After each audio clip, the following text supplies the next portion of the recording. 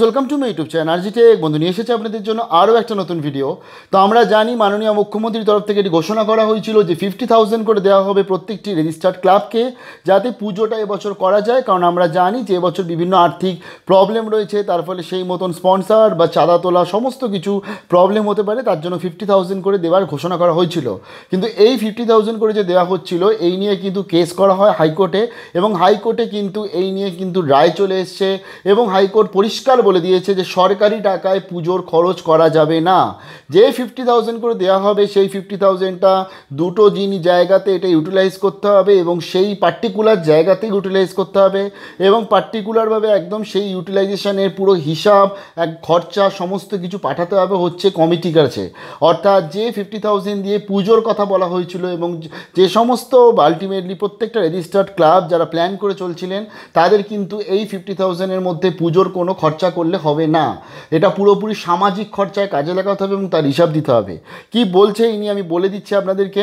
তো আমি সোজাসুজি চলে যাচ্ছি লিডিং নিউজ পেপারে, দেখে নিচ্ছি কি বলছে। সরকারি টাকায় পুজোর খরচ নয় অনুদান মামলায় নির্দেশ হাইকোর্টের। তো কি বলেছে একটু দেখি। সরকারের দেওয়া টাকা পুজো কমিটিগুলো আলংকরিক কোনো খরচ ব্যবহার করতে পারবে না। পুলিশ জনতা সমন্বয় এবং করোনা মোকাবিলার কাজেই ব্যবহার করতে হবে ওই টাকা।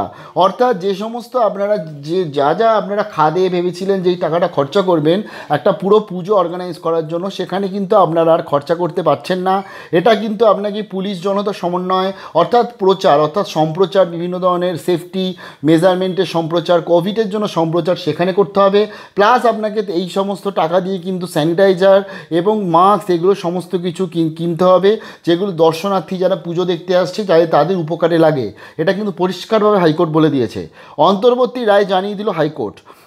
আদালতের আরও নির্দেশ, ক্লাব বা পুজো কমিটিগুলি থেকে সরকারকে সরকারি টাকা খরচের বিস্তারিত হিসেব সংগ্রহ করতে হবে এবং তা পেশ করতে হবে আদালতে।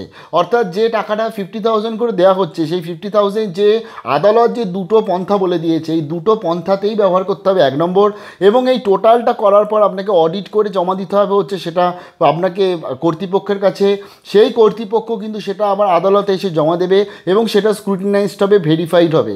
তো তার জন্যই যাতে এই পুরো টাকাটা যাতে একদম সঠিক জায়গায় সঠিকভাবে ব্যবহার হয় অ্যাকর্ডিং টু কলকাতা হাইকোর্টের যে নির্দেশ।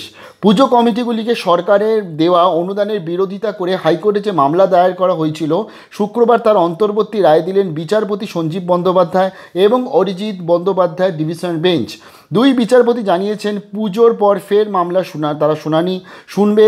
এদিন ডিভিশন বেঞ্চ নির্দেশ দিয়েছে ক্লাবগুলি সরকারের কাছ থেকে পাওয়া 50,000 টাকার 25% পুলিশ জনগণ সমন্বয়ের জন্য খরচ করবে। পুলিশ জনগণ সমন্বয় খরচা মানে হচ্ছে একদম পুরোপুরি যেটাকে ধরতে গেলে সম্প্রচার করা এবং কোনো কিছুর অ্যাওয়ারনেস ক্যাম্প করা, এই সমস্ত কিছুতে সেটা লাগবে এবং সেটা তার পুজো কমিটি নিজেরা করবে। অর্থাৎ নিজের যে আপনার যে এখানে পুজো হচ্ছে সেই পুজোর যে ধরুন পুলিশের আন্ডারে যে পুলিশ স্টেশনের আন্ডারে আপনার পুজোটা হচ্ছে তাদেরকে দিতে হবে 25%। সেই 25% টাকাটা দিয়ে তারা বিভিন্ন ধরনের কিন্তু অ্যাওয়ারনেস ক্যাম্প করবে এবং অ্যাওয়ারনেস তৈরি করবে যাতে কোভিড প্রোটোকল মেনটেন করে সমস্ত কিছু সম্পন্ন হয়। বাকি 75% খরচ করতে হবে কোভিড মোকাবিলার জন্য স্যানিটাইজার এবং মাস্ক কিনে দিতে হবে দর্শনার্থীদের দেওয়ার জন্য। ধরুন কোনো দর্শনার্থী যদি মাস্ক নিয়ে না আসতে পারে তো তার জন্য বলে দিয়েছি যাতে তাদের কোনো রকমের অসুবিধা না হয়, তার জন্য পুজো কমিটিকে বলে দেওয়া হয়েছে তাদের জন্য মাস্ক দেওয়ার জন্য এই টাকার মধ্যেই, এবং তার সাথে স্যানিটাইজার দেওয়ার জন্য যাতে তারা পুরোপুরিভাবে সমস্ত কিছু প্রোটোকল মেনটেন করে নিজেকে সুস্থ রেখে পুজোটা দেখতে পারে। এই দিন দুই বিচারপতি ক্লাবগুলো পুজো বাবদ টাকা দেওয়া নিয়ে মুখ্যমন্ত্রীর বক্তব্য এবং সরকারি বিজ্ঞপ্তির বয়ানের মধ্যে ফারাক আছে বলে মন্তব্য করেন। আর সেই প্রসঙ্গেই বিচারপতি সঞ্জীব বন্দ্যোপাধ্যায়ের মন্তব্য করেন, এটা একদম পলিটিক্যাল মন্তব্য, যেটা আমি তাও বলছি যেহেতু একজন বিচারপতি একজন জাজ করেছেন। বাম শাসনকাল এবং এই শাসনকালে সুচারুভাবে রাজ্যের আমলাতন্ত্রের মেরুদণ্ড ভেঙে দেওয়া হয়েছে।